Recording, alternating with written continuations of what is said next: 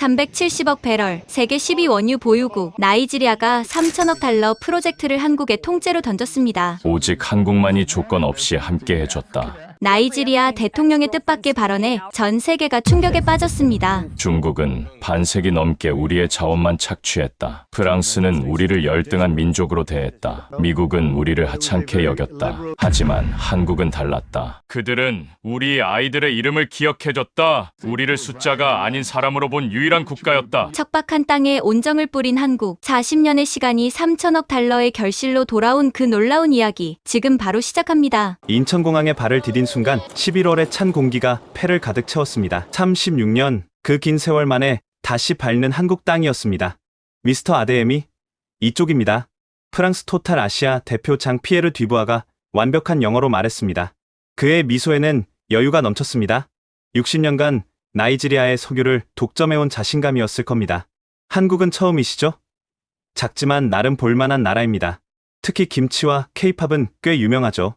영국 쉘의 제임스 윌리엄스가 거들었습니다. 그의 눈빛에는 은근한 조롱이 섞여 있었습니다. 저는 아무 말도 하지 않았습니다. 그들은 모릅니다. 제가 이미 이 나라의 냄새를, 이 나라의 온기를 기억하고 있다는 것을, 36년 전 제 생명을 구해준 그 따뜻함을 아직도 가슴 깊이 간직하고 있다는 것을. 일본은 이미 많이 와보셨을 텐데 한국은 좀 다를 겁니다. 규모도 작고 경험도. 일본 JGC의 다나카 케니치가 말끝을 흐렸습니다. 독일 린데의 한스 뮬러는 아예 관심이 없다는 듯 핸드폰만 들여다보고 있었습니다. 아마도 이번 경쟁은 이미 끝났다고 생각하는 모양이었습니다. 공항 출구로 나가는 길, 저 멀리 한국 컨소시엄 관계자들이 조용히 서 있는 것이 보였습니다. 삼성중공업, 현대중공업, 대우건설, 그들의 플래카드는 다른 나라들보다 작았고 호객 행위도 하지 않았습니다. 그저 묵묵히 기다리고 있을 뿐이었습니다. 한국 쪽은 별로 열의가 없나 보군요. 듀부아가 비웃듯 말했습니다. 뭐, 당연하죠. LNG 플랜트 경험이 얼마나 있겠습니까? 조선은 인정하지만 이건 차원이 다른 문제니까요. 윌리엄스의 말에 다들 고개를 끄덕였습니다. 하지만 저는 알고 있었습니다. 진정한 강자는 소리내어 으르렁거리지 않는다는 것을. 36년 전 그때도 그랬습니다. 다른 나라들은 카메라 앞에서 원조를 자랑했지만 한국은 조용히 와서 조용히 씨앗을 뿌리고 갔습니다. 롯데호텔로 향하는 리무진 안에서 저는 창밖을 바라보았습니다. 강남의 스카이라인이 펼쳐졌습니다. 36년 전만 해도 이곳은 논밭이었다고 들었습니다. 그런데 지금은 놀랍지 않습니까? 갑자기 옆자리에 앉은 한국 컨소시엄의 젊은 직원이 말을 걸었습니다. 1988년 올림픽 때만 해도 여기는 허허벌판이었답니다. 그런데 보세요. 이제는 뉴욕 맨하탄 못지않죠? 저는 고개를 끄덕였습니다. 그리고 조용히 물었습니다. 혹시 1983년에 아프리카 농업 지원 사업에 참여하신 분들 중에 아직 계신 분이 있을까요? 젊은 직원의 눈이 반짝였습니다. 아, 그때 코이카 사업 말씀이시군요. 제가 알아보겠습니다. 혹시 특별히 찾으시는 분이 김 박사님이라고 베누에 주에서 일하셨던. 제 목소리가 떨렸습니다. 그 젊은 직원은 무언가를 눈치챈 듯 진지한 표정으로 바뀌었습니다. 내일 거제도 방문 때 확인해 보겠습니다. 저희 삼성중공업에 그 시절을 기억하는 고문님들이 계시거든요. 호텔에 도착했을 때는 이미 어둠이 내려앉고 있었습니다. 서울의 밤은 불야성이었습니다. 36년 전 어둠 속에서 촛불 하나에 의지했던 그 나라가 이제는 세계를 밝히는 빛이 되어 있었습니다. 방에 짐을 풀면서 저는 낡은 사진 한 장을 꺼냈습니다. 7살 꼬마가 쌀 포대 앞에서 환하게 웃고 있는 사진. 그 포대에는 선명하게 대한민국이라고 적혀 있었습니다. 내일부터 시작될 5일간의 일정. 각국은 저마다의 기술력과 경험을 자랑할 것입니다. 하지만 저는 이미 알고 있었습니다. 기술은 살 수 있지만 진심은 살 수 없다는 것을. 그리고 한국이 우리에게 보여준 것은 기술 이전의 진심이었다는 것을. 창밖으로 한강이 보였습니다. 기적이라 불리는 그 강물이 조용히 흐르고 있었습니다. 내일 그 기적의 현장에서 혹시 36년 전의 은인을 만날 수 있을까요? 가슴이 두근거렸습니다. 다음날 아침 9시 롯데호텔 크리스탈 볼룸은 팽팽한 긴장감으로 가득했습니다. 3천억 달러 규모의 나이지리아 LNG 트레인 7 프로젝트. 이 거대한 케이크를 차지하기 위해 5개국 대표들이 모였습니다. 신사숙녀 여러분, 60년의 파트너십이 말해주는 것이 있습니다. 프랑스 토탈의 장 피에르 듀부아가 첫 번째로 나섰습니다. 화려한 프레젠테이션이 시작되었습니다. 나이지리아와 프랑스는 특별한 관계입니다. 우리는 여러분의 첫 번째 유전을 개발했고 첫 번째 정유 공장을 지었습니다. 이제 LNG도 우리가. 그는 능숙하게 숫자를 나열했습니다. 하지만 그의 말투에는 은근한 우월감이 배어 있었습니다. 마치 나이지리아를 여전히 자신들의 텃밭으로 여기는 듯했습니다. 이어서 영국 쉘의 제임스 윌리엄스가 나섰습니다. 우리는 나이지리아를 가장 잘 아는 나라입니다. 100년이 넘는 역사가 그것을 증명합니다. 로열 더치 쉘은 역시나 과거의 영광에 기댄 이야기들이었습니다. 식민지 시대부터 이어온 관계를 자랑스럽게 내세웠습니다. 저는 속으로 씁쓸함을 느꼈습니다.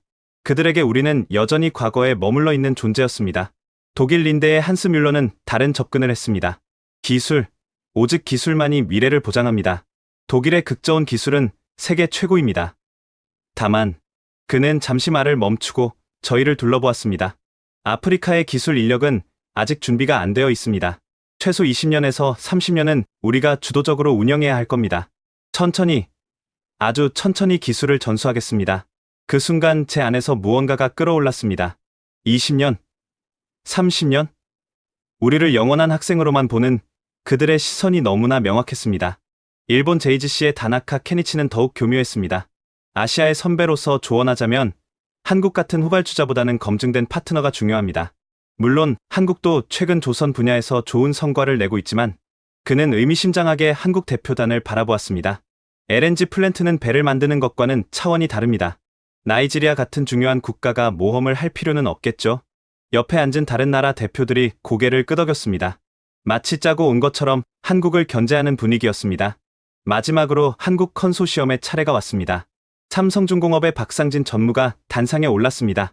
다른 나라들과 달리 화려한 오프닝은 없었습니다. 먼저 한 가지 여쭙겠습니다.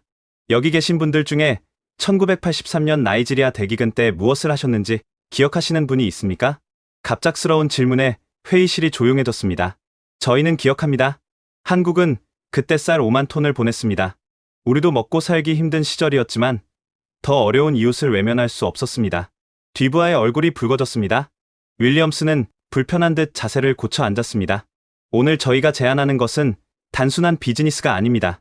36년 전 우리가 심은 씨앗이 이제 열매를 맺을 때가 왔다고 믿습니다. 박 전무는 조용히 다음 슬라이드를 넘겼습니다. 기술 이전 6개월, 현장 책임자 육성 1년, 완전 자립 운영 3년. 이것이 저희 로드맵입니다. 뮬러가 비웃듯 말했습니다. 불가능합니다. 너무 성급한. 1972년 전 세계는 한국의 조선업 진출을 비웃었습니다. 박 전무가 그의 말을 잘랐습니다. 불가능하다고 했습니다. 그런데 지금 세계 1위는 누구입니까? 현대중공업의 최석환 상무가 이어받았습니다. 저희는 나이지리아를 학생으로 보지 않습니다. 파트너로 봅니다. 함께 성장할 동반자로 봅니다.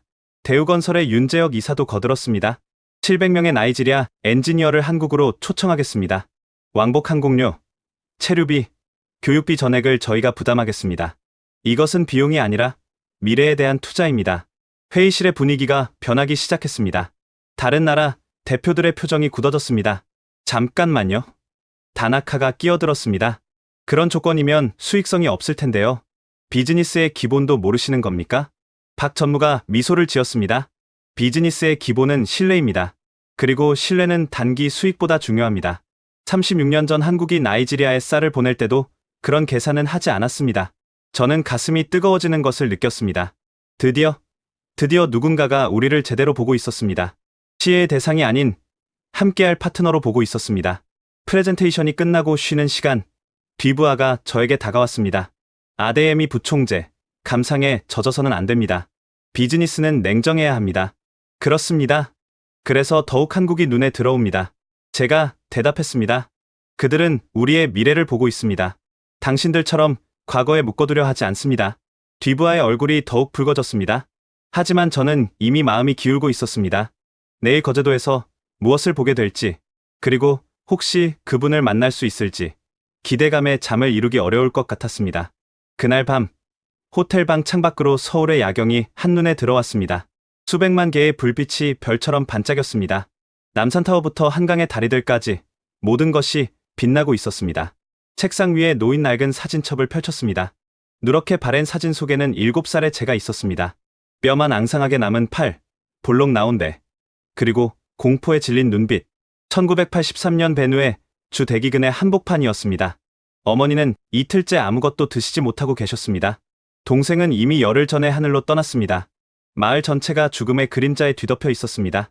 국제뉴스는 매일 같이 아프리카의 비극을 보도했지만 아무도 오지 않았습니다. 그러던 어느 날 아침, 멀리서 트럭 소리가 들렸습니다. 처음에는 환청인 줄 알았습니다. 하지만 소리는 점점 가까워졌고 마침내 낡은 트럭 세대가 마을 광장에 멈춰 섰습니다. 트럭 옆면에는 생전 처음 보는 글자가 적혀 있었습니다. 대한민국, 그리고 또 다른 글자 코이카 KYCA. 잠깐만, 통역이 필요합니다. 트럭에서 내린 동양인이 영어로 말했습니다. 마을에서 유일하게 영어를 할 줄 아는 목사님이 앞으로 나섰습니다. 우리는 한국에서 왔습니다. 쌀을 가져왔습니다. 하지만 더 중요한 것을 드리려 합니다. 그 동양인은 트럭 뒤편을 가리켰습니다. 쌀 포대가 산더미처럼 쌓여 있었습니다. 마을 사람들이 환호성을 질렀습니다. 어떤 이는 울고 어떤 이는 무릎을 꿇었습니다. 제 이름은 김영수입니다. 농업 전문가입니다. 통역을 통해 그의 말이 전해졌습니다. 이 쌀로 며칠은 버티실 수 있을 겁니다. 하지만 우리가 떠나면 또다시 굶주림이 찾아올 겁니다. 그래서 우리는 씨앗과 농기구를 가져왔습니다. 그리고 농사짓는 법을 가르쳐드리려 합니다. 마을 어른들은 이해한 표정을 지었습니다. 다른 구호단체들은 물자만 던져주고 떠났는데 이 사람들은 달랐습니다. 다음 날부터 김 박사님과 그의 팀은 매일 새벽부터 밭으로 나갔습니다. 정장 대신 작업복을 입고 맨손으로 흙을 만지며 일했습니다. 보세요. 이렇게 두둑을 만들면 물이 고이지 않습니다. 우기에도 뿌리가 썩지 않아요. 그는 직접 삽을 들고 시범을 보였습니다. 햇볕에 얼굴이 타고 손에는 물집이 잡혔지만 그는 웃음을 잃지 않았습니다. 한국도 30년 전에는 이랬습니다. 전쟁으로 모든 것이 파괴되었죠. 하지만 우리는 다시 일어섰습니다. 여러분도 할 수 있습니다. 어머니는 김 박사님이 건넨 쌀로 죽을 끓이셨습니다. 제가 처음으로 배부르게 먹은 날이었습니다. 하지만 더 놀라운 것은 그 다음이었습니다. 2달 후, 우리가 직접 심은 벼가 파릇파릇 자라기 시작했습니다. 김 박사님은 매일 저녁 마을 회관에서 농업 강의를 했습니다. 어른들뿐 아니라 아이들도 모였습니다. 이 아이들이 미래입니다. 그는 제 머리를 쓰다듬으며 말했습니다. 공부하세요. 열심히 공부해서 나중에 여러분의 나라를 발전시키세요. 한국 속담에 고기를 주기보다 낚시하는 법을 가르쳐라는 말이 있습니다. 어느 날 저녁, 김 박사님은 특별한 이야기를 들려주셨습니다. 우리나라도 6.25 전쟁 후에는 폐허였어요. 그런데 20년 만에 배를 만들기 시작했고 이제는 세계 최고의 조선 강국이 되었죠. 농업도 산업도 모두 사람이 하는 일입니다.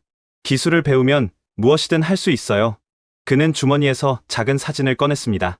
거대한 배가 바다에 떠 있는 모습이었습니다. 이게 우리가 만든 배예요. 맨손으로 시작해서 이렇게 됐죠. 여러분도 언젠가는 이런 걸 만들 수 있을 거예요. 석 달 후, 김 박사님 팀이 떠나는 날이 왔습니다. 마을 사람들은 모두 나와 그들을 배웅했습니다. 꼭 기억하세요. 여러분은 할 수 있습니다. 우리가 했듯이 여러분도 할 수 있습니다. 떠나기 전 김 박사님은 제게 작은 수첩을 건넸습니다. 이건 내 연락처야. 나중에 크면 꼭 연락해. 한국에 와서 더 많은 걸 배우고 싶다면 도와줄게. 트럭이 멀어질 때까지 우리는 손을 흔들었습니다. 그리고 그해 가을, 우리 마을은 30년 만에 처음으로 풍년을 맞았습니다. 그 일이 있고 나서 저는 공부에 매진했습니다. 김 박사님의 말씀을 가슴에 새기고 언젠가는 우리나라를 발전시키는 사람이 되겠다고 다짐했습니다. 그리고 기회가 온다면 한국이 우리에게 베푼 은혜를 꼭 갚겠다고 맹세했습니다. 대학에서 공학을 전공하고 석유공사에 입사한 후에도 저는 김 박사님과 편지를 주고받았습니다. 그는 농촌진흥청에서 은퇴한 후 산업계 자문으로 활동하며 개발도상국 기술 지원 사업에 참여하고 있다고 했습니다. 기술이 없으면 영원히 가난할 수밖에 없어. 농업이든 산업이든 결국은 기술이 핵심이야. 그의 편지에는 늘 이런 조언이 담겨 있었습니다. 핸드폰이 울렸습니다. 내일 일정을 확인하는 연락이었습니다. 거제도 삼성중공업, 울산 현대중공업 방문, 그리고 혹시 모를 만남의 가능성. 36년이 지났습니다. 그 어린 소녀는 이제 나이지리아 국영석 유공사의 수석 부총재가 되었습니다. 그리고 3천억 달러의 미래를 결정할 위치에 서 있습니다. 창밖의 서울은 여전히 빛나고 있었습니다. 36년 전 그들이 우리에게 보여준 희망처럼 이제는 우리가 그들과 함께 새로운 희망을 만들 차례였습니다. 새벽 6시, 서울역은 이미 사람들로 붐비고 있었습니다. KTX를 타고 부산으로 다시 거제도로 향하는 일정이었습니다. 시속 300km라 놀랍군요. 독일의 한스 뮬러가 감탄했습니다. 우리 이체에도 이런 속도는 흔치 않습니다. 하지만 프랑스의 뒤부하는 콧방귀를 뀌었습니다. 떼제베가 더 빠릅니다. 그리고 더 오래되었죠. 경쟁은 기차 안에서도 계속되었습니다. 하지만 저는 창밖으로 스쳐 지나가는 한국의 풍경에 넋을 잃고 있었습니다. 논밭과 아파트, 공장과 산이 조화롭게 어우러져 있었습니다. 부산역에 도착해 거제도로 향하는 버스에 올랐습니다. 바다가 보이기 시작했습니다. 그리고 마침내 거대한 조선소의 모습이 나타났습니다. 세계 최대 규모의 조선소입니다. 안내를 맡은 삼성중공업 직원이 설명했습니다. 축구장 100개를 합친 크기입니다. 일본의 다나카가 작게 중얼거렸습니다. 크기가 다가 아닌데 정문을 통과해 귀빈실로 향했습니다. 그런데 입구에서 우리를 맞이한 사람을 보고 저는 그 자리에 얼어붙고 말았습니다. 백발의 노신사, 주름진 얼굴. 하지만 그 눈빛은 36년 전과 똑같았습니다. 환영합니다. 저는 삼성중공업 기술고문 김영수입니다. 개발도상국 산업발전 자문을 맡고 있습니다. 심장이 미친 듯이 뛰었습니다. 목소리까지 똑같았습니다. 김 박사님? 노신사가 멈칫했습니다. 그리고 저를 유심히 바라보았습니다. 실례지만 어디서 뵌 적이? 베누에 주 1983년 쌀을 더 이상 말을 잇지 못했습니다. 목이 메어왔습니다. 김 박사님의 눈이 크게 떠졌습니다. 그리고 천천히 다가와 제 얼굴을 자세히 들여다보았습니다. 설마 그때 그 꼬마 아데에미? 네, 박사님, 접니다. 그때 7살이었던 세상에. 김 박사님이 두 손으로 제 손을 꽉 잡았습니다. 그의 눈에도 눈물이 고였습니다. 이렇게 컸구나. 그런데 어떻게 여기까지? 박사님 덕분입니다. 그때 주신 희망으로 공부할 수 있었고 여기까지 올 수 있었습니다. 주변이 술렁거렸습니다. 다른 나라 대표들은 무슨 일인지 어리둥절한 표정이었습니다. 이게 무슨 드라마야? 프랑스의 뒤부하가 비아냥거렸습니다. 설마 이것도 연출된 거 아니야? 하지만 김 박사님은 그런 말들을 신경 쓰지 않았습니다. 여러분께 설명드려야겠네요. 이 친구는 내가 36년 전 아프리카에서 만난 아이입니다. 그때는 뼈만 앙상한 7살이었는데 김 박사님이 감격에 겨운 목소리로 설명했습니다. 농촌진흥청에서 은퇴한 후 저는 한국의 산업발전 경험을 개발도상국에 전수하는 일을 해왔습니다. 농업이든 산업이든 결국 사람이 하는 일이니까요. 지금은 조선업계 자문으로 일하며 기술 이전의 중요성을 강조하고 있습니다. 그는 저를 이끌고 조선소 전망대로 올라갔습니다. 다른 사람들도 어쩔 수 없이 따라왔습니다. 저기 보이나요? 저 거대한 구조물이 바로 LNG 운반선입니다. 나이지리아 BGT를 위해 건조 중이죠. 축구장만 한 크기의 선박이 도크에 누워 있었습니다. 수천 명의 작업자들이 개미처럼 움직이고 있었습니다. 1972년 이 자리는 갯벌이었습니다. 김 박사님이 낡은 사진을 꺼냈습니다. 맨발의 노동자들이 삽과 곡괭이로 땅을 팠죠. 기술도 없었고 돈도 없었습니다.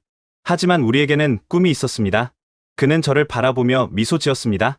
아데엠이, 자네가 베누에에서 했던 것처럼 말이야. 불가능해 보였지만 해냈잖아. 농사든 배 만들기든 결국은 사람의 의지와 기술이 만나면 기적이 일어나는 거야. 영국의 윌리엄스가 끼어들었습니다. 과거는 과거고 현재는 현재입니다. LNG 플랜트는 조선과는 다른. 맞습니다. 김 박사님이 그의 말을 받았습니다. 다릅니다.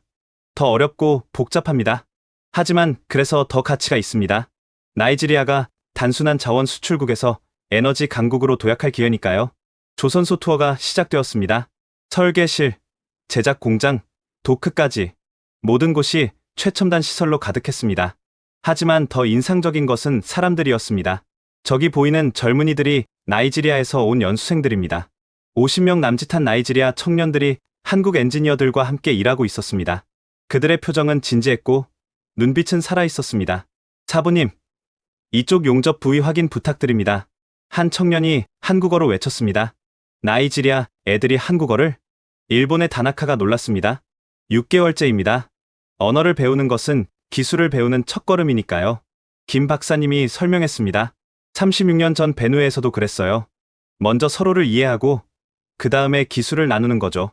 점심시간, 구내 식당에서 놀라운 광경을 목격했습니다. 나이지리아 연수생들과 한국 직원들이 한 테이블에 앉아 김치찌개를 먹고 있었습니다.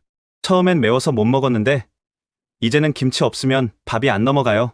한 연수생이 웃으며 말했습니다. 우리도 나이지리아 졸로프 라이스 만들어 먹어요. 서로 요리도 가르쳐주고. 그 모습을 보며 저는 깨달았습니다. 이것이 진정한 기술 이전이구나. 단순히 지식을 전달하는 게 아니라 함께 생활하고 문화를 나누며 진짜 파트너가 되어가는 것. 견학을 마치고 회의실로 돌아왔을 때 김 박사님이 작은 상자를 건넸습니다. 36년 전 베누에를 떠나며 찍은 사진들이야. 혹시 자네가 있을까 해서 쭉 보관했는데 상자를 열자 빛바랜 사진들이 나왔습니다. 그리고 그중 한 장에서 저는 7살의 제 모습을 발견했습니다. 김 박사님 옆에서 환하게 웃고 있는 꼬마. 이 사진 하나가 제 인생을 바꿨습니다. 저는 떨리는 목소리로 말했습니다. 이제는 제가 보답할 차례입니다. 김 박사님이 고개를 끄덕였습니다. 그래. 이제 자네가 나이지리아의 미래를 바꿀 차례야. 36년 전 우리가 심은 씨앗이 이렇게 큰 나무가 되어 돌아왔구나. 다음 날 아침, 울산 현대중공업으로 향했습니다. 거제도에서 울산까지 이동하는 동안 각국 대표들의 표정은 사뭇 달라져 있었습니다. 특히 프랑스의 뒤부아와 영국의 윌리엄스는 불편한 기색을 감추지 못했습니다. 어제 그 재회 장면, 정말 우연이었나요? 독일의 뮬러가 조심스럽게 물었습니다. 한국인들은 마케팅에 능하다고 들었는데 저는 고개를 저었습니다. 36년 만에 재회를 누가 연출할 수 있겠습니까? 그것도 7살 꼬마였던 제가 이 자리에 올 것을 누가 예상했겠습니까? 울산에 도착했을 때 현대중공업의 규모는 삼성 못지않았습니다. 아니, 어떤 면에서는 더 압도적이었습니다. 입구에서 우리를 맞은 것은 거대한 골리앗 크레인이었습니다. 세계 최대 크레인입니다. 1600톤을 들어 올릴 수 있죠. 현대중공업의 최석환 상무가 설명했습니다. 하지만 더 자랑하고 싶은 것은 이것입니다. 그가 안내한 곳은 조그만 전시관이었습니다. 현대중공업 역사관이라는 간판이 보였습니다. 1972년 3월 23일 이곳에서 첫 시삽을 떴습니다. 흑백 사진 속에는 맨발의 노동자들이 모래밭에서 일하고 있었습니다. 판잣집 사무실, 녹슨 철근, 낡은 트럭들. 믿기 어려우시겠지만 이게 우리의 시작이었습니다. 일본의 다나카가 사진을 유심히 들여다보았습니다.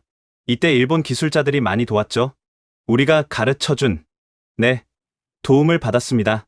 최 상무가 담담히 인정했습니다. 하지만 가르쳐주지 않은 것도 있었죠. 핵심 기술은 절대 공개하지 않았습니다. 그래서 우리는 스스로 개발해야 했습니다. 다음 사진으로 넘어갔습니다. 1974년 첫 번째 선박 진수식 26만 톤급 초대형 유조선. 당시 세계가 놀랐습니다. 조선 후진국이 불과 2년 만에 이런 배를 만들다니. 프랑스의 뒤부아가 빈정거렸습니다. 그래도 기초는 일본에서 배운 거 아닙니까? 그렇다면 프랑스는 누구에게 조선을 배웠습니까? 최 상무의 반문에 뒤부아가 입을 다물었습니다. 모든 기술에는 선생이 있습니다. 중요한 것은 배운 것을 어떻게 발전시키고 또 어떻게 나누느냐입니다. 우리는 현장으로 이동했습니다. 도크에는 나이지리아 BGT를 위한 또 다른 LNG선이 건조되고 있었습니다. 저기 보이는 청년들이 나이지리아 연수생들입니다. 이번에는 더 많았습니다. 100명이 넘는 나이지리아 청년들이 각자의 위치에서 일하고 있었습니다. 안녕하세요, 사부님. 그들이 일제히 인사했습니다. 그중 한 명이 다가왔습니다. 저는 라고스에서 온 은나메카입니다. 벌써 8개월째 여기서 배우고 있습니다. 뭘 배웠나요? 제가 물었습니다. 용접, 도면 읽기, 안전관리. 하지만 가장 중요한 건 할 수 있다는 자신감입니다. 그의 눈이 빛났습니다. 한국 사부님들이 늘 말씀하세요. 우리도 처음엔 아무것도 몰랐다. 하지만 포기하지 않았다. 너희도 할 수 있다고요. 영국의 윌리엄스가 끼어들었습니다. 8개월? 우리 회사는 최소 3년은 교육시킵니다. 기초부터 차근차근. 3년 후면 이미 늦습니다. 은나메카가 당돌하게 대답했습니다. 우리나라는 지금 당장 기술이 필요합니다. 한국처럼 빨리 배우고 빨리 성장해야 합니다. 점심은 현대중공업 회장이 직접 주최한 만찬이었습니다. 1970년대 우리도 비슷한 고민을 했습니다. 회장이 말문을 열었습니다. 선진국들은 10년, 20년 걸린다고 했죠. 하지만 우리에게는 그런 시간이 없었습니다. 그래서 밤낮 없이 일했고 실패하면서 배웠습니다. 그는 잠시 멈췄다가 이어갔습니다. 나이지리아도 그런 절박함이 있다고 들었습니다. 2억 인구, 풍부한 자원, 하지만 기술이 없어 가난하다고. 맞습니다. 제가 대답했습니다. 우리는 더 이상 자원을 팔기만 하는 나라로 남고 싶지 않습니다. 그래서 우리가 돕고 싶습니다. 단순한 비즈니스가 아니라 진짜 동반자가 되고 싶습니다. 독일의 뮬러가 고개를 저었습니다. 너무 이상적입니다.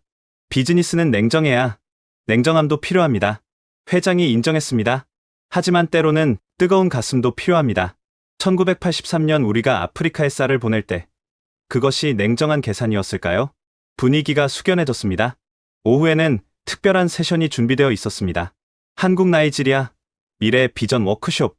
양국의 엔지니어들이 함께 모여 아이디어를 나누는 자리였습니다. 우리는 단순히 배를 만들고 싶지 않습니다. 한 나이지리아 엔지니어가 발표했습니다. 언젠가는 우리도 설계하고 우리도 만들고 싶습니다. 좋습니다. 그럼 단계별로 접근해 봅시다. 한국 엔지니어가 화이트보드에 로드맵을 그렸습니다. 1단계 운영 기술 습득, 2단계 정비 기술 습득, 3단계 제작 참여, 4단계 설계 참여, 5단계 독자 개발. 얼마나 걸릴까요?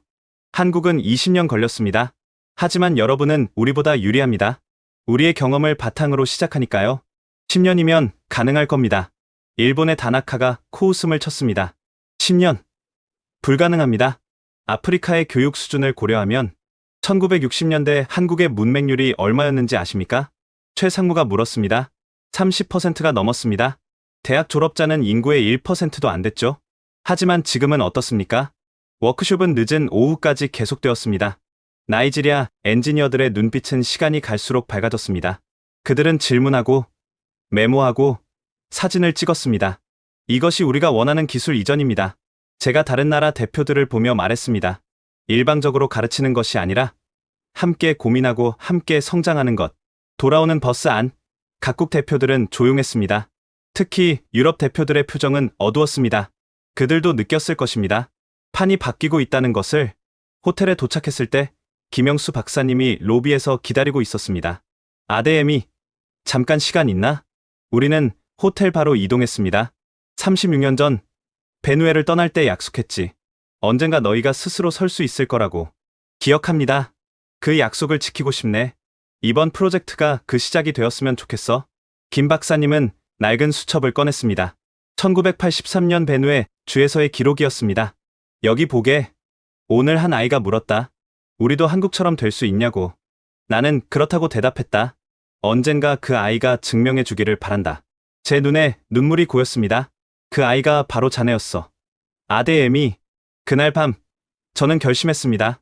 이번 프로젝트의 파트너는 한국이어야 한다고. 단순히 기술이 뛰어나서가 아니라 우리를 진정으로 이해하고 함께 갈 준비가 되어 있기 때문에. 셋째 날 아침 울산 현대중공업의 제2조선소로 향했습니다. 이곳은 특별한 곳이었습니다. 나이지리아 연수생들이 실제로 생활하며 교육받는 기숙사와 훈련원이 있는 곳이었습니다. 우리는 이곳을 글로벌 테크니션 스쿨이라고 부릅니다. 현대중공업 교육원장 송재민 이사가 설명했습니다.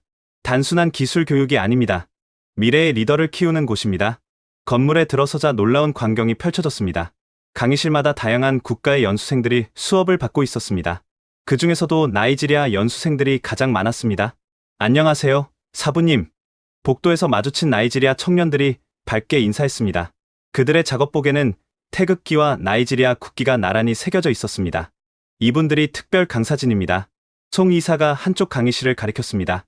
안을 들여다보니 놀랍게도 강단에 선 사람은 한국인이 아니었습니다. 저분은 3년 전 수료한 나이지리아 출신 엔지니어입니다. 이제는 후배들을 가르치고 있죠. 나이지리아 사람이 나이지리아 사람을 가르친다? 독일의 뮬러가 놀랐습니다. 이것이 진정한 기술 이전 아닐까요? 송 이사가 미소 지었습니다. 우리가 영원히 가르칠 수는 없습니다. 그들 스스로 가르치고 배울 수 있어야 진짜 자립입니다. 실습장으로 이동했습니다. 거대한 공간에는 실제 선박 제작에 사용되는 장비들이 그대로 설치되어 있었습니다. 여기서는 실전과 똑같은 환경에서 훈련합니다. 한 나이지리아 연수생이 용접 작업을 하고 있었습니다. 불꽃이 튀는 가운데서도 그의 손놀림은 정확했습니다. 처음엔 무서웠어요. 작업을 마친 청년이 마스크를 벗으며 말했습니다. 하지만 사부님이 말씀하셨어요. 두려움을 이기는 방법은 하나다. 직접 해보는 것이다 라고. 영국의 윌리엄스가 끼어들었습니다. 안전사고 위험이 크지 않습니까? 우리는 최소 1년은 이론만으로는 배를 만들 수 없습니다. 송 이사가 단호하게 말했습니다. 물론 안전이 최우선입니다. 하지만 과보호는 성장을 막습니다. 점심시간, 우리는 연수생 식당으로 갔습니다. 한식과 나이지리아 음식이 함께 준비되어 있었습니다. 김치찌개요? 졸로프 라이스요? 식당 아주머니가 나이지리아 연수생에게 물었습니다. 오늘은 김치찌개요. 어제 졸로프 먹었으니까. 청년이 웃으며 대답했습니다. 우리 일행도 함께 앉았습니다. 나이지리아 연수생들이 자연스럽게 다가왔습니다. 부총재님, 정말 아데엠이 부총재님 맞으시죠? 한 청년이 흥분한 목소리로 물었습니다. 나이지리아에서 부총재님 이야기 많이 들었습니다. 베누에 주 출신으로 옥스퍼드까지 가신 분이라고. 우리의 롤모델이십니다. 다른 청년이 거들었습니다. 저는 감격스러웠습니다. 이 청년들이 바로 나이지리아의 미래였습니다. 여러분이 여기서 배우는 것은 단순한 기술이 아닙니다. 제가 말했습니다. 한국이 어떻게 가난을 극복했는지 그 정신을 배우는 것입니다. 프랑스의 뒤부하가 빈정거렸습니다. 그래도 기본이 있어야 하지 않겠습니까? 교육 수준이나 인프라나. 그때 한 나이지리아 연수생이 벌떡 일어났습니다. 우리에게 기본이 없다고요? 그의 목소리에는 분노가 담겨 있었습니다. 우리는 2억 인구를 가진 나라입니다. 아프리카 최대 경제 대국이고 석유 매장량은 세계 10위입니다. 단지 기술이 없었을 뿐입니다. 진정하게 제가 그를 말렸습니다. 아니요, 부총재님. 더 이상 참을 수 없습니다. 청년은 계속했습니다. 60년 동안 그들은 우리 석유를 가져갔습니다. 그러면서 단 한 번도 제대로 된 기술을 전수하지 않았습니다. 그런데 이제 와서 우리가 무능하다고요? 식당이 조용해졌습니다. 미안합니다. 뜻밖에도 사과한 사람은 한국현대중공업 직원이었습니다. 우리도 비슷한 경험이 있습니다.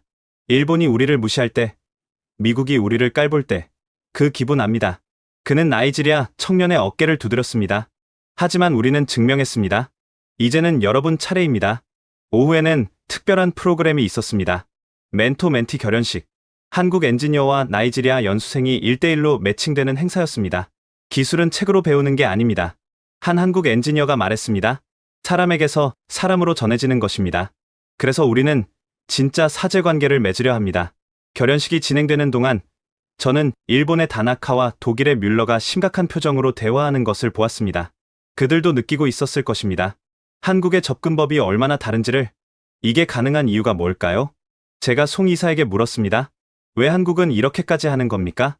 송 이사는 잠시 생각하더니 대답했습니다. 홍익인간이라는 말 아십니까? 널리 인간을 이롭게 한다는 뜻입니다. 한국인의 정신 깊은 곳에는 이런 생각이 있습니다. 그는 창밖을 가리켰습니다. 멀리 조선소가 보였습니다. 저 조선소를 만든 정주영 창업자도 늘 말씀하셨습니다. 우리가 잘 살게 되었으니 이제는 나눠야 한다고. 견학을 마치고 숙소로 돌아가는 길, 나이지리아 연수생 한 명이 저를 불렀습니다. 부총재님, 꼭 한국을 선택해 주세요. 왜 그렇게 생각하나? 6개월 동안 여기서 생활하면서 깨달았습니다. 그들은 우리를 무시하지 않습니다. 우리를 미래의 동료로 봅니다. 그의 눈에는 확신이 가득했습니다. 프랑스나 영국에서도 연수를 받아봤습니다. 그들은 늘 가르치려고만 했습니다. 하지만 한국은 다릅니다. 함께 배우자고 합니다. 호텔로 돌아온 저는 깊은 생각에 잠겼습니다. 내일은 청와대 만찬이 있습니다. 아마도 그곳에서 사실상 결정이 날 것입니다. 창밖으로 울산의 야경이 보였습니다. 불과 50년 전만 해도 이곳은 작은 어촌이었다고 합니다. 그런데 지금은 세계 최대의 조선소가 들어서 있습니다. 나이지리아도 할 수 있을까요? 고니 섬도 언젠가는 이렇게 될 수 있을까요? 할 수 있다. 마음속에서 목소리가 들렸습니다. 36년 전 김영수 박사님이 해주신 그 말씀. 너희도 할 수 있다. 넷째 날 저녁 청와대로 향하는 차 안의 분위기는 팽팽했습니다. 4일간의 시차를 마친 각국 대표들의 표정에는 초조함이 역력했습니다. 정말 한국 대통령이 직접 나온다는 겁니까? 프랑스의 뒤부하가 물었습니다. 국가 원수가 비즈니스 미팅에 참석하는 것은 흔치 않은 일인데 청와대에 도착했을 때 우리를 맞이한 것은 예상 밖의 광경이었습니다. 정문에는 태극기와 함께 나이지리아 국기가 나란히 걸려 있었습니다. 국빈 방문도 아닌데 왜? 영국의 윌리엄스가 중얼거렸습니다. 영빈관으로 안내받았습니다. 이미 한국 정부 관계자들이 기다리고 있었습니다. 그리고 그 중심에는 대통령이 서 있었습니다. 환영합니다. 특히 나이지리아에서 온 아데에미 부총재님, 먼 길 오시느라 고생 많으셨습니다. 대통령이 직접 제 이름을 불렀습니다. 다른 나라, 대표들의 눈이 휘둥그레졌습니다. 만찬이 시작되었습니다. 대통령의 건배사가 있었습니다. 오늘 이 자리는 단순한 비즈니스 미팅이 아닙니다. 오랜 친구들과의 재회입니다. 대통령은 잠시 숨을 고르고 계속했습니다. 1983년, 대한민국은 어려운 시절이었습니다. 88올림픽을 앞두고 있었지만 여전히 가난했죠. 그런데도 우리는 아프리카에 쌀을 보냈습니다. 프랑스와 영국 대표들이 불편한 듯 자리를 고쳐 앉았습니다. 왜였을까요? 홍익인간 정신 때문입니다. 널리 인간을 이롭게 한다. 이것이 대한민국의 건국 이념입니다. 식사가 진행되는 동안 대통령은 각국 대표들과 대화를 나눴습니다. 하지만 유독 저와의 대화 시간이 길었습니다. 김영수 박사님을 만나셨다고 들었습니다. 네. 36년 만에 재회였습니다. 기적 같은 일이네요. 김 박사님은 한국 농업 발전의 산증인이십니다. 그분이 아프리카에서 배운 것도 많다고 하시더군요. 저희가 배운 게 있다고요? 물론입니다. 역경을 극복하는 힘, 공동체 정신, 자연과 조화롭게 사는 지혜. 한국이 오히려 배웠습니다. 메인 요리가 나온 후 대통령이 자리에서 일어났습니다. 이제 나이지리아 대표께서 말씀해 주시죠. 순간 저는 준비한 원고를 꺼냈다가 다시 접었습니다. 외교적 수사로 가득한 그 원고는 이 순간에 맞지 않았습니다. 1983년, 저는 7살이었습니다. 제 첫마디에 만찬장이 조용해졌습니다. 베누에 주는 극심한 가뭄으로 아사자가 속출했습니다. 제 남동생도 그중 하나였습니다. 누군가 숨을 들이쉬는 소리가 들렸습니다. 그때 한국에서 트럭이 왔습니다. 쌀을 가득 싣고, 하지만 더 중요한 것은 쌀이 아니었습니다. 희망을 가져왔습니다. 저는 천천히 시선을 돌려 각국 대표들을 바라봤습니다. 프랑스는 어디 있었습니까? 영국은? 독일은? 일본은? 뒤부아와 윌리엄스의 얼굴이 붉어졌습니다. 60년 동안 나이지리아의 석유를 가져간 나라들은 우리가 굶어 죽을 때 어디 있었습니까? 목소리가 떨렸지만 멈추지 않았습니다. 오직 한국만이 왔습니다. 자신들도 가난했지만 나눔을 실천했습니다. 그리고 더 중요한 것은 우리에게 스스로 일어설 수 있는 방법을 가르쳤다는 것입니다. 일본의 다나카가 반박하려 했습니다. 그래도 비즈니스는 비즈니스요? 제가 그의 말을 잘랐습니다. 36년 전 그 쌀값을 한국이 받아갔습니까? 농업 기술을 가르치고 돈을 요구했습니까? 다나카가 입을 다물었습니다. 우리는 은혜를 잊지 않습니다. 그리고 이제 그 은혜에 보답할 때가 왔습니다. 저는 대통령을 바라봤습니다. 카카, 나이지리아는 이미 결정했습니다. 우리의 파트너는 대한민국입니다. 순간 정적이 흘렀습니다. 그리고 누군가 박수를 치기 시작했습니다. 김영수 박사님이었습니다. 이어서 한국 측 참석자들이 모두 박수를 쳤습니다. 잠깐, 독일의 뮬러가 일어났습니다. 이건 공정하지 않습니다. 감정적인 결정은 감정적이라고요? 제가 그를 향해 돌아섰습니다. 당신들이 20년, 30년 걸린다고 무시할 때 한국은 6개월이면 된다고 했습니다. 당신들이 우리를 영원한 학생으로 볼 때 한국은 파트너로 봤습니다. 이게 감정적입니까? 아니면 합리적입니까? 뮬러도 할 말을 잃었습니다. 대통령이 조용히 말했습니다. 여러분, 오늘 우리는 역사적인 순간을 목격하고 있습니다. 한국과 나이지리아의 새로운 시작입니다. 그는 잔을 들었습니다. 36년 전 뿌린 씨앗이 이제 열매를 맺었습니다. 이것이 바로 홍익인간 정신의 결실입니다. 모두가 잔을 들었습니다. 마지못해 다른 나라 대표들도 따라 들었습니다. 만찬이 끝난 후 대통령이 저를 따로 불렀습니다. 아데에미 부총재님, 한 가지 약속하겠습니다. 무엇입니까? 이번 프로젝트는 시작일 뿐입니다. 한국은 나이지리아가 진정한 에너지 강국이 될 때까지 함께하겠습니다.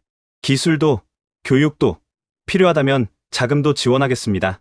왜 그렇게까지? 홍익인간은 말로만 하는 게 아닙니다. 실천으로 보여야 합니다. 36년 전 우리가 그랬듯이 청와대를 나서면서 다른 나라 대표들과 마주쳤습니다. 그들의 표정은 복잡했습니다. 축하합니다. 의외로 먼저 인사한 사람은 영국의 윌리엄스였습니다. 솔직히 인정합니다. 우리는 너무 오만했습니다. 프랑스의 뒤부아도 마지못해 고개를 끄덕였습니다. 60년의 파트너십이 하루아침에 무너지다니. 하지만 이해합니다. 우리는 정말로 나이지리아를 파트너로 본 적이 없었으니까요. 일본의 다나카가 저에게 다가왔습니다. 한 가지 묻고 싶습니다. 정말로 개인적 인연 때문에 한국을 선택한 겁니까? 아닙니다. 제가 단호하게 대답했습니다. 한국이 우리의 미래를 보여줬기 때문입니다. 가난한 나라도 선진국이 될 수 있다는 것을, 그리고 그 과정에서 인간의 존엄성을 잃지 않을 수 있다는 것을, 호텔로 돌아오는 차 안에서 핸드폰이 울렸습니다. 나이지리아 대통령실에서 온 연락이었습니다. 아데엠이, 잘했네. 국민들이 기뻐할 거야. 대통령의 목소리였습니다. 한국을 선택한 것은 단순히 프로젝트 하나를 위한 게 아니야. 우리의 미래를 위한 선택이지. 알고 있습니다, 카카. 36년 전 한국이 우리에게 쌀을 줬다면 이제는 우리가 한국에 기회를 주는 거야. 그것이 진정한 동반자 관계 아니겠나? 전화를 끊고 창밖을 바라봤습니다. 서울의 밤거리는 여전히 환했습니다. 내일이면 계약서에 서명할 것입니다. 그리고 새로운 역사가 시작될 것입니다. 청와대 만찬 다음 날 새벽, 호텔 로비는 이상하게 붐볐습니다. 프랑스, 영국, 독일, 일본 대표들이 모여 무언가를 심각하게 논의하고 있었습니다. 아데에미 부총재님, 일찍 일어나셨네요. 프랑스의 뒤부하가 어색한 미소를 지었습니다. 우리끼리 조찬이라도 할까 합니다. 함께 하시겠습니까? 뭔가 수상했지만 거절할 이유는 없었습니다. 호텔 레스토랑으로 이동했습니다. 단도직입적으로 말씀드리죠. 영국의 윌리엄스가 커피를 내려놓으며 말했습니다. 어제 결정을 재고해 주십시오. 이유가 뭡니까? 한국은 경험이 부족합니다. 이런 규모의 프로젝트를 해본 적이 없습니다. 독일의 뮬러가 거들었습니다. 감정적 결정은 위험합니다. 3천억 달러가 걸린 문제입니다. 저는 조용히 그들을 바라봤습니다. 60년간 아프리카를 지배해온 자들의 마지막 발악이었습니다. 우리가 새로운 제안을 준비했습니다. 일본의 다나카가 서류를 꺼냈습니다. 4개국 컨소시엄을 구성하겠습니다. 기술 이전도 한국보다 빠르게, 교육 프로그램도 2배로, 그리고 통제권은 여전히 여러분이 갖겠다는 거죠? 제가 그들의 말을 잘랐습니다. 아니, 그게 아니라 60년 동안 그래왔잖습니까? 이제는 바뀔 때가 됐습니다. 제가 자리에서 일어났습니다. 죄송하지만 결정은 바뀌지 않을 겁니다. 레스토랑을 나오려는데 뒤부하가 저를 붙잡았습니다. 후회하실 겁니다. 국제 언론이 어떻게 나올지 아십니까? 나이지리아, 감정적 결정으로 국가 미래를 위험에 빠뜨려라고 대서특필될 겁니다. 그럼 저희도 대서특필하겠습니다. 제가 돌아봤습니다. 60년간 착취당한 나이지리아? 마침내 진정한 파트너를 찾다라고. 호텔방으로 돌아오자마자 전화가 울렸습니다. 나이지리아 정부 내 반대파들이었습니다. 아데엠이, 너무 성급한 거 아니야? 유럽 기업들이 발을 빼면 그들이 나이지리아를 떠날 수 있을까요?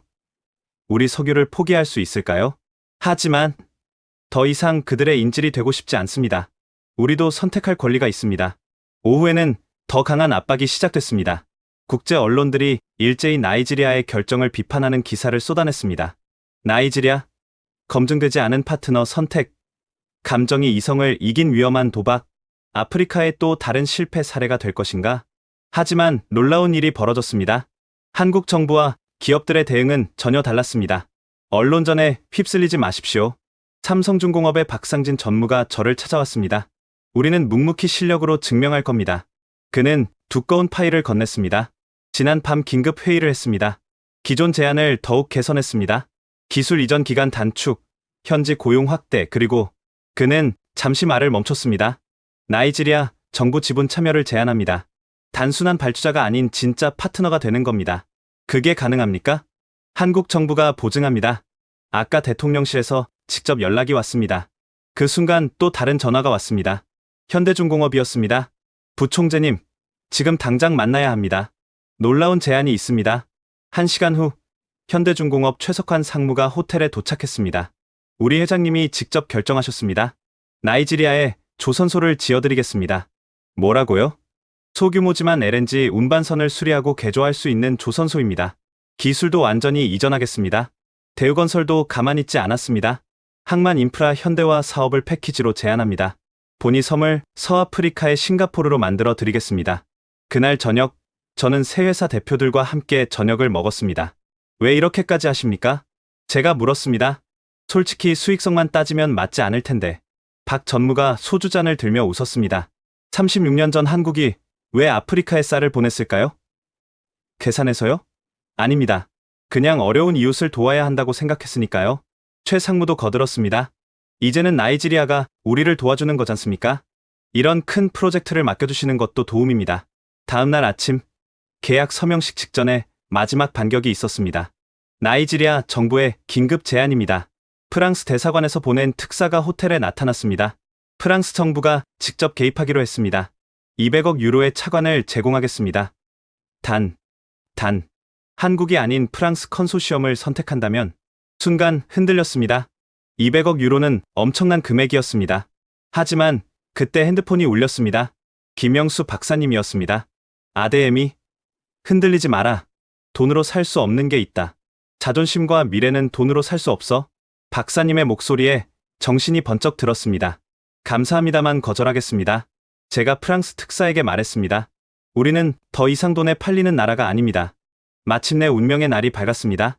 서울 신라호텔 그랜드볼룸에는 200명이 넘는 취재진이 몰렸습니다. 세 개의 이목이 집중된 가운데 3천억 달러 규모의 세기의 계약이 체결되는 순간이었습니다. 정말로 한국을 선택하는 겁니까? 서명식 직전 나이지리아 대사가 마지막으로 저에게 물었습니다. 유럽 기업들의 보복이 만만치 않을 텐데 대사님, 우리가 언제까지 그들의 눈치를 봐야 합니까? 제가 단호하게 대답했습니다. 이제는 우리가 결정할 때입니다. 그때 회장 뒤편에서 소란이 일어났습니다. 나이지리아 대통령이 깜짝 화상 연결을 한 것입니다. 국민 여러분, 그리고 전 세계가 지켜보고 있습니다. 대형 스크린에 나타난 대통령의 표정은 단호했습니다. 오늘 우리는 새로운 역사를 씁니다. 더 이상 자원을 팔기만 하는 나라가 아닌 기술을 보유한 에너지 강국으로 나아가는 첫걸음입니다. 대통령은 잠시 말을 멈추고 저를 바라봤습니다. 그리고 그 여정을 함께할 파트너는 36년 전 우리가 가장 어려울 때 손을 내밀어준 나라, 대한민국입니다. 박수가 터져 나왔습니다. 한국 측 참석자들의 눈에는 감동이 어려 있었습니다. 이제 제 차례였습니다. 단상에 올라 마이크를 잡았습니다. 1983년 베누에 주의 7살 소녀는 한국에서 온 쌀로 목숨을 구했습니다. 회장이 조용해졌습니다. 그 소녀는 자랐고 공부했고 오늘 이 자리에 서 있습니다. 이것이 바로 한국이 우리에게 준 선물입니다. 단순한 원조가 아닌 희망이었습니다. 저는 김영수 박사님을 바라봤습니다. 그는 눈물을 글썽이고 있었습니다. 오늘 우리가 서명하는 것은 단순한 계약서가 아닙니다. 두 나라의 미래를 함께 만들어가겠다는 약속입니다. 드디어 서명 순간이 왔습니다. 삼성중공업, 현대중공업, 대우건설 대표들이 차례로 나와 계약서에 서명했습니다. 트레인 7 프로젝트 10억 달러, LNG 운반선 6척 건조 15억 달러, 항만 인프라 현대화 5억 달러. 사회자가 계약 내용을 읽어 내려갔습니다. 그리고 특별 조항, 700명의 나이지리아 엔지니어 교육, 현지 조선소 건설 지원, 완전 기술 이전 보장. 유럽 기업 관계자들이 대거 불참한 가운데 예상치 못한 손님이 있었습니다. 축하합니다. 일본 JGC의 다나카가 다가왔습니다. 솔직히 우리도 반성하고 있습니다. 너무 오만했습니다. 독일 린데 뮬러도 악수를 청했습니다. 한국의 접근법에서 배울 점이 많다는 걸 깨달았습니다. 나중에 기회가 있다면. 하지만 가장 감동적인 순간은 따로 있었습니다. 부총재님. 나이지리아 연수생 20명이 한국 전통 의상을 입고 나타난 것입니다. 저희가 준비한 선물입니다. 그들은 한국어로 노래를 시작했습니다. 고향의 봄이었습니다. 나의 살던 고향은 꽃피는 산골. 서툰 발음이었지만 진심이 담겨 있었습니다. 많은 사람들이 눈물을 닦았습니다. 노래가 끝나자 한 연수생이 나섰습니다. 저희는 한국에서 기술만 배운 게 아닙니다. 꿈을 배웠습니다. 할 수 있다는 자신감을 배웠습니다. 그는 잠시 말을 멈추고 한국 엔지니어들을 바라봤습니다. 사부님들이 늘 말씀하셨습니다. 우리도 맨손으로 시작했다. 너희도 할 수 있다고. 이제 저희가 증명하겠습니다. 서명식이 끝난 후 리셉션이 이어졌습니다. 한국 대통령이 깜짝 참석했습니다. 아데에미 부총재님, 개인적으로 감사드립니다. 대통령이 제 손을 잡으며 말했습니다. 한국을 믿고 선택해 주셔서 저희가 더 감사합니다. 각하. 36년 전의 은혜를 잊지 않고 계셨으니까요. 홍익인간 정신은 시대를 초월합니다. 이제 나이지리아와 함께 그 정신을 실현하고 싶습니다. 대통령은 참석자들을 향해 말했습니다.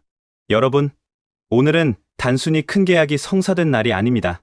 진정한 상생의 모델이 탄생한 날입니다. 그는 잔을 들었습니다.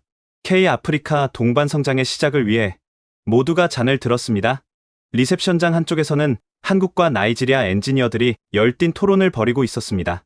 미래의 본이 섬을 어떻게 만들 것인가에 대해. 단순한 LNG 터미널이 아닙니다. 서아프리카 에너지 허브로 만들어야 합니다. 맞습니다. 그러려면 인프라도 중요하지만 사람이 더 중요합니다. 걱정 마세요. 우리가 있지 않습니까? 나이지리아 청년 엔지니어의 자신 넘치는 목소리에 모두가 웃었습니다. 저녁 무렵 김영수 박사님과 단둘이 앉을 기회가 있었습니다. 아데엠이 자네가 정말 자랑스럽네. 박사님이 심어주신 씨앗이 자란 것뿐입니다. 이제 시작이야. 앞으로가 더 중요해. 많은 도전이 있을 거야. 알고 있습니다. 하지만 이제는 혼자가 아니잖습니까? 박사님이 고개를 끄덕였습니다. 그래. 이제는 함께야. 밖에서는 서울의 야경이 빛나고 있었습니다. 36년 전 그 어린 소녀는 상상도 못했을 것입니다. 언젠가 이 도시에서 조국의 미래를 바꿀 계약서에 서명하게 될 것이라고는. 하지만 이제는 알았습니다. 불가능은 없다는 것을. 진정한 파트너가 있다면, 함께 꿈꾸는 사람들이 있다면 기적은 일어날 수 있다는 것을. 호텔로 돌아오는 길, 나이지리아 대사관에서 연락이 왔습니다. 부총재님, 국내 언론이 난리입니다. 모두가 환호하고 있습니다. 이제 시작입니다. 알고 있습니다. 하지만 국민들이 희망을 갖기 시작했습니다. 그것만으로도 큰 변화입니다. 그날 밤, 저는 일기장에 썼습니다. 36년 전 한국이 우리에게 쌀을 줬다. 오늘 우리는 한국에 기회를 줬다. 이것이 진정한 상생이 아닐까? 주고받는 것이 아니라 함께 성장하는 것. 내일이면 나이지리아로 돌아갑니다. 그리고 진짜 일이 시작될 것입니다. 하지만 두렵지 않았습니다. 우리에게는 진정한 파트너가 있으니까요. 2년 후 2023년 12월 보니 섬의 아침은 예전과 달랐습니다. 한때 낡은 어촌 마을이었던 이곳은 이제 서아프리카 최대의 LNG 허브로 변모해 있었습니다. 부총재님, 아니 이제는 장관님이라고 불러야겠네요. 삼성중공업의 박상진 전무. 아니 이제는 사장이 된 그가 웃으며 다가왔습니다. 2년 만입니다. 그동안 많은 일이 있었죠. 정말 많은 일이 있었습니다. 트레인 3분이 성공적으로 가동되었고 첫 LNG 수출이 시작되었습니다. 6척의 운반선이 완성되어 나이지리아 국기를 달고 전 세계 바다를 누비고 있었습니다. 저기 보이는 게 나이지리아 조선소입니다. 제가 자랑스럽게 가리켰습니다. 규모는 작지만 LNG선 수리와 개조가 가능한 시설이었습니다. 믿기지 않네요. 2년 전만 해도 상상도 못했는데 더 놀라운 것은 사람들이었습니다. 700명의 첫 연수생 중 대부분이 이제는 현장 책임자가 되어 있었습니다. 그리고 그들이 다시 후배들을 가르치고 있었습니다. 오빠, 누군가 한국어로 불렀습니다. 돌아보니 은나메카였습니다. 그는 이제 나이지리아 조선소의 생산부장이 되어 있었습니다. 한국어 실력이 많이 늘었네요. 매일 한국 드라마 봤거든요. 그리고 이제는 한국 며느리도 있고요. 뭐라고요? 작년에 결혼했어요. 현대중공업에서 만난 엔지니어랑. 내년에는 아기도 태어나요. 정말 많은 것이 변했습니다. 단순한 기술 이전을 넘어 진짜 가족이 되어가고 있었습니다. 오후에는 특별한 행사가 있었습니다.